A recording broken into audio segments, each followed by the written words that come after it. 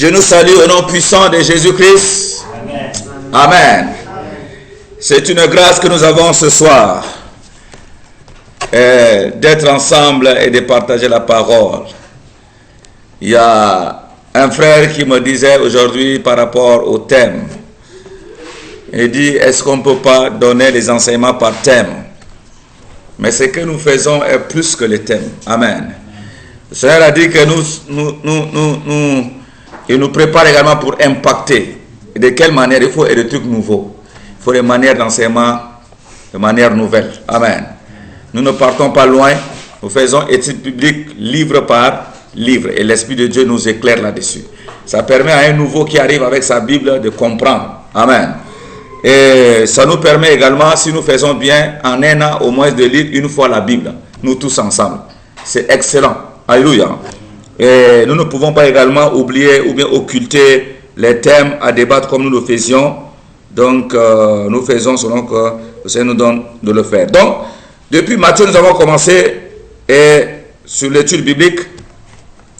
Nous avons fini hier, Galates.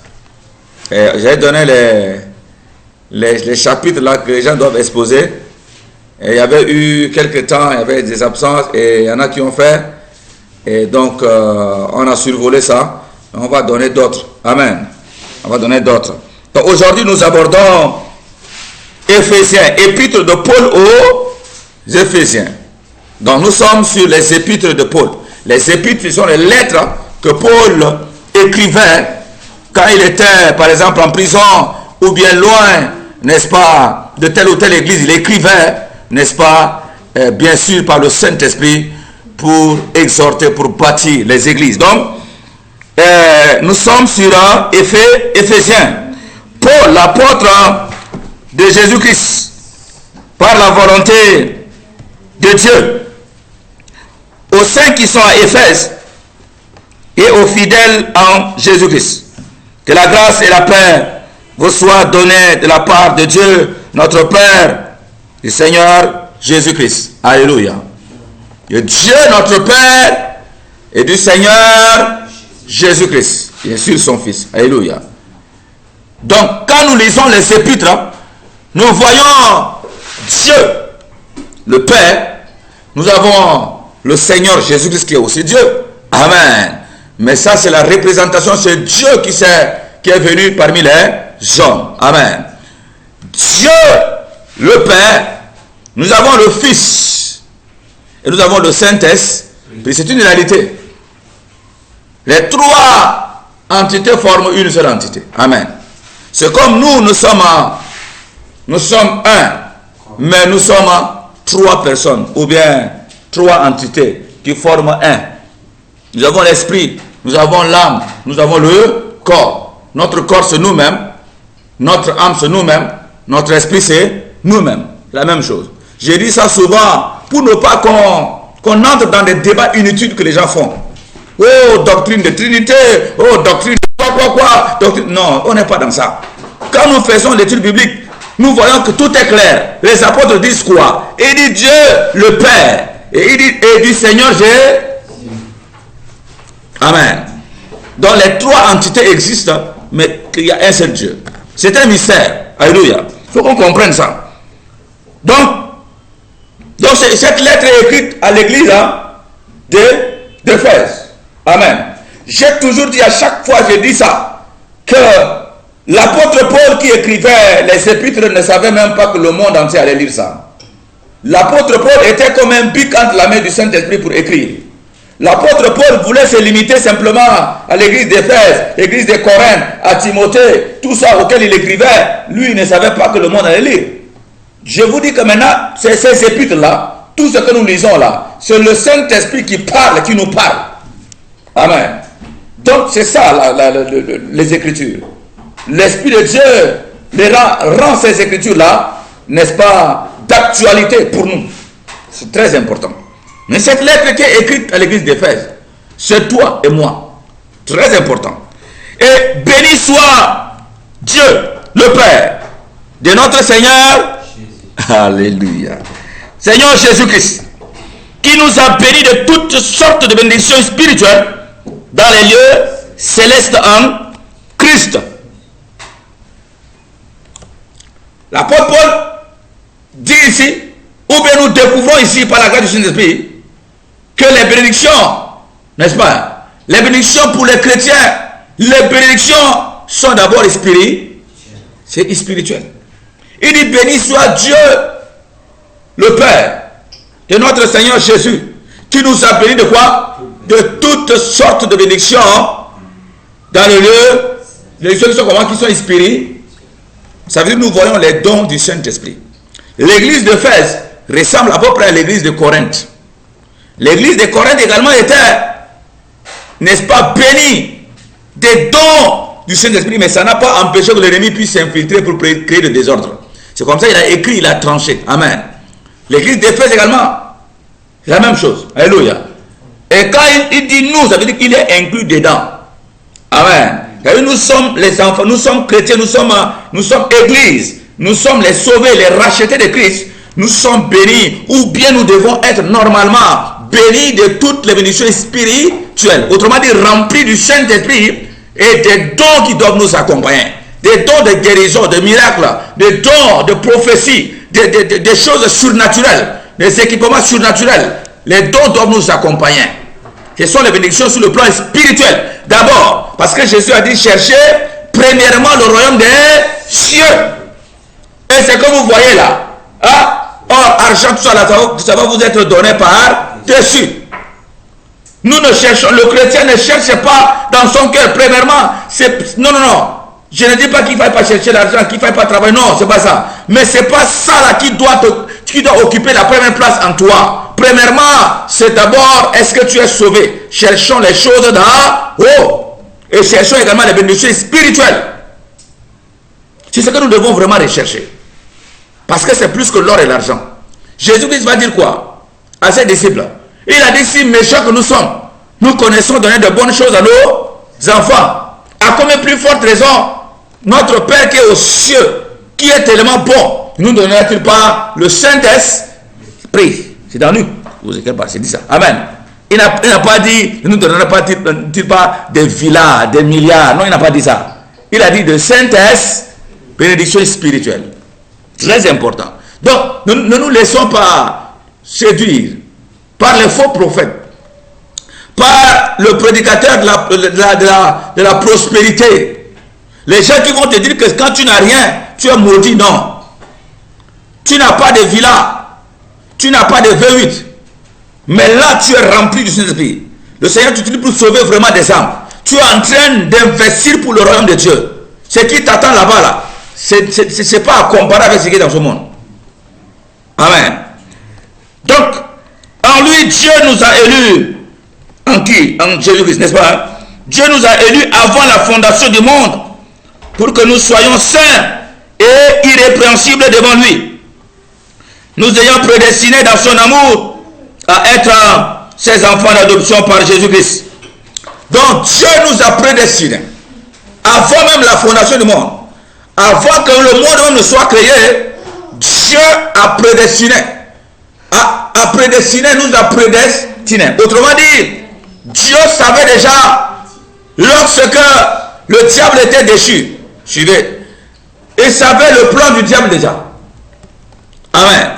Il savait le plan du diable, et lui déjà, il savait ce qu'il allait faire. Il voyait déjà comment Jésus devait venir. Mourir. Spirituellement, déjà il voyait ça.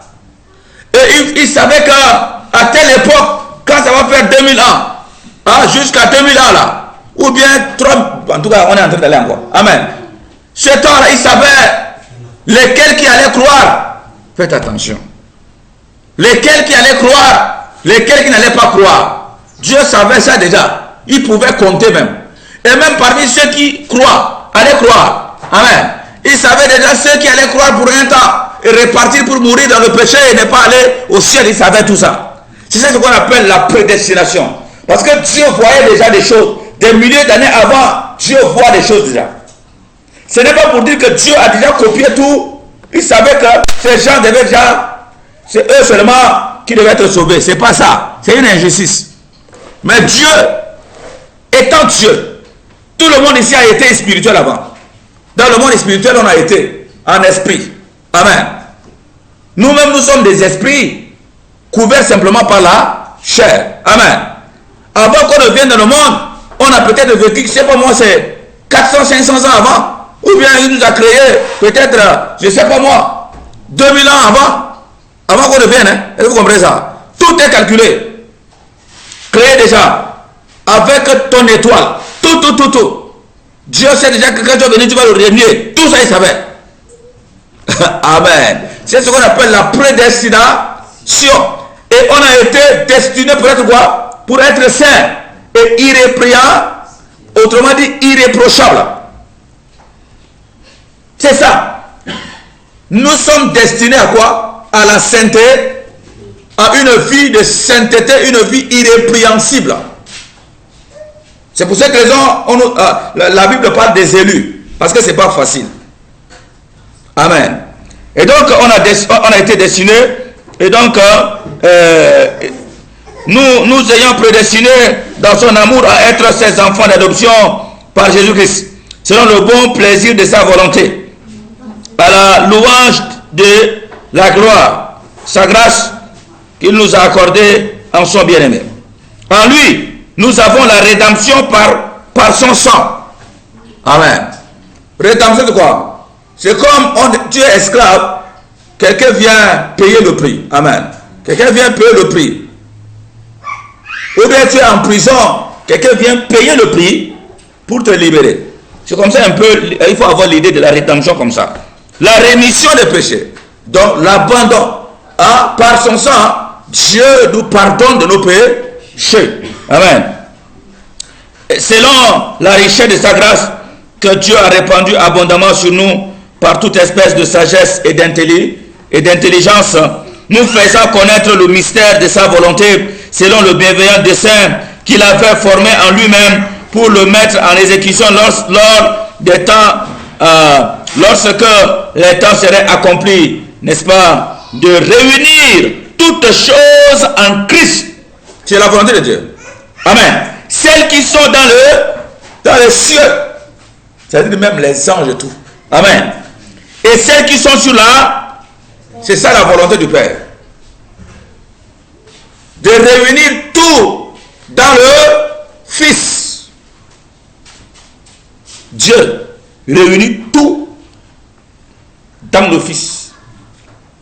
Alléluia. Nous appartenons au Père par qui? Par le Fils. C'est pourquoi Jésus a dit quoi? Je suis le chemin, je suis la vérité, je suis la vie. Nul ne vient au Père que par moi. Il a plu au Père de faire quoi? De réunir tout ce qui est dans les cieux, sur la terre. Réunir tout sous l'autorité de son Fils. Et le Fils est à Dieu. La Bible va dire quelque part là-bas. Nous appartenons à Christ. Christ à Dieu. Et en Christ, nous appartenons à Dieu. En Christ, nous sommes co-héritiers avec Christ. En Christ, nous sommes, n'est-ce pas, héritiers du Père. En Christ, nous sommes les fils de Dieu, comme Christ l'est également. Amen. Et alors, il est en lui qui est Jésus. Nous sommes aussi devenus très bien héritiers, ayant été prédestinés suivant la résolution de celui qui opère toutes choses d'après le conseil de sa volonté, afin que nous servions à la louange de sa gloire, nous qui d'avance avons espéré en Christ. En lui, vous aussi, après avoir entendu la parole de la vérité, l'évangile de votre salut, en lui, vous avez cru et vous avez été scellés du Saint-Esprit qui avait été promis, lequel était un gage de notre héritage pour la rédemption de ceux que Dieu, n'est-ce pas, s'est acquis à la louange de sa gloire. Il dit en Jésus-Christ, nous avons été scellés par son Esprit Saint.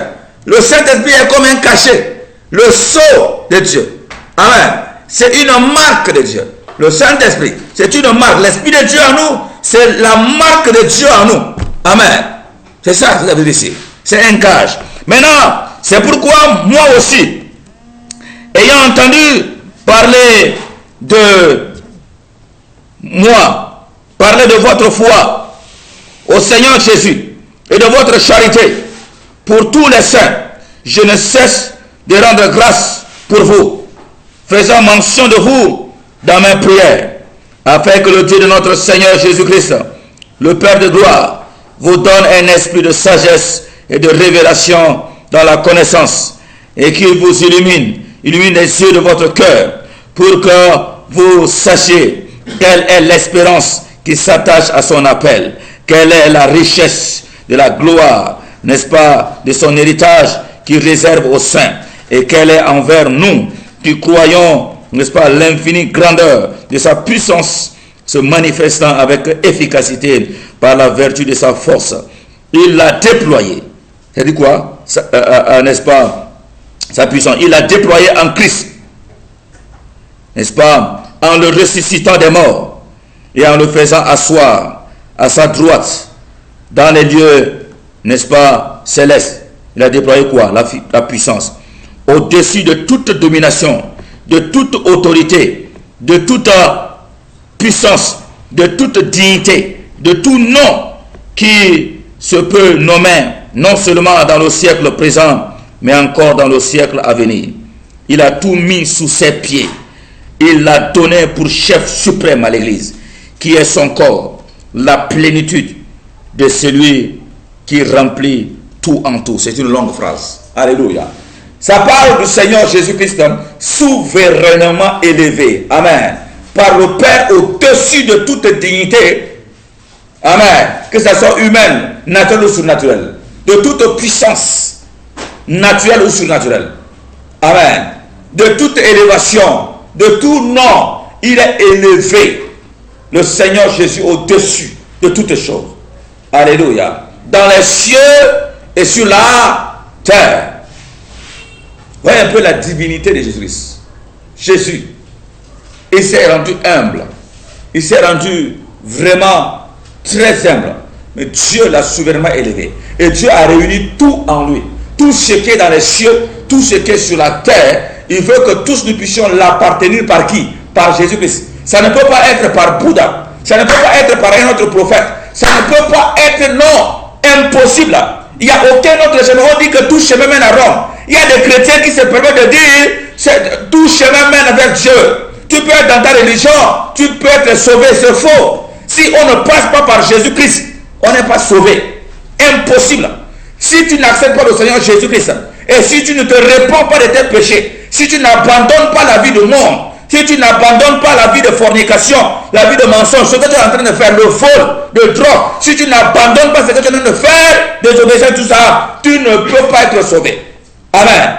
Quand tu viens au Seigneur, la condition c'est la repentance. C'est la raison pour laquelle Jean-Baptiste était venu. Hein?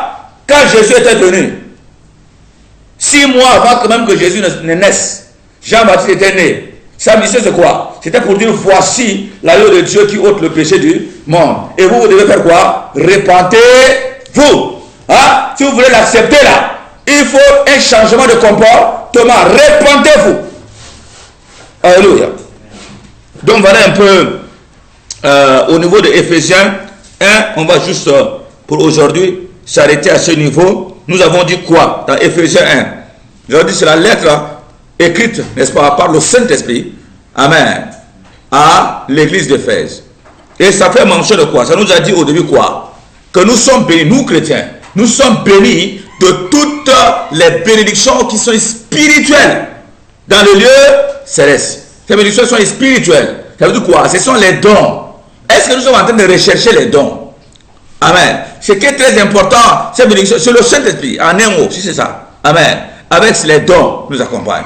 Si nous cherchons et recherchons ces choses, Dieu va nous donner. Parce que nous sommes déjà bénis. Amen. Tu peux être béni, mais tu n'as pas l'accès. Pour avoir accès, il faut un peu de gymnastique. Je peux avoir 100 millions dans mon compte, mais s'il y en a dans mon compte là-bas, tu peux me demander là, je n'ai pas d'argent. Mais je suis béni, je peux dire ça. Sur le plan spirituel, sur le plan naturel, bien sûr. Hein. Je ne parle pas du spirituel. Mais la vraie bénédiction, ce n'est pas avoir des villas, avoir des véhicules, ce n'est pas ça.